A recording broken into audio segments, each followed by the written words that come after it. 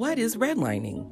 Redlining is a discriminatory lending practice denying access to federally backed mortgages and loans to certain communities based on race and ethnicity. It all started in the 1930s. During the housing crisis of the Great Depression, real estate moguls such as Springfield's Harry Kissel laid the groundwork for the National Housing Act of 1934. From this, a new federal agency was formed, the Homeowners Loan Corporation, and with it, residential security maps that became the standard to determine the best places for housing investments.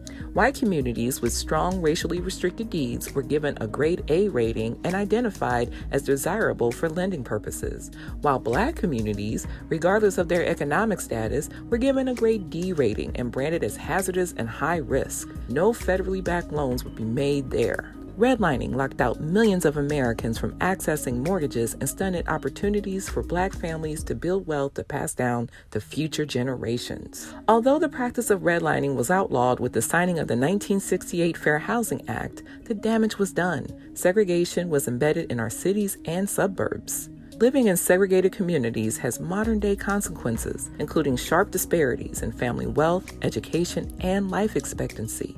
These maps were made more than 80 years ago, and yet they still tell a story that impacts us today, the story of redlining.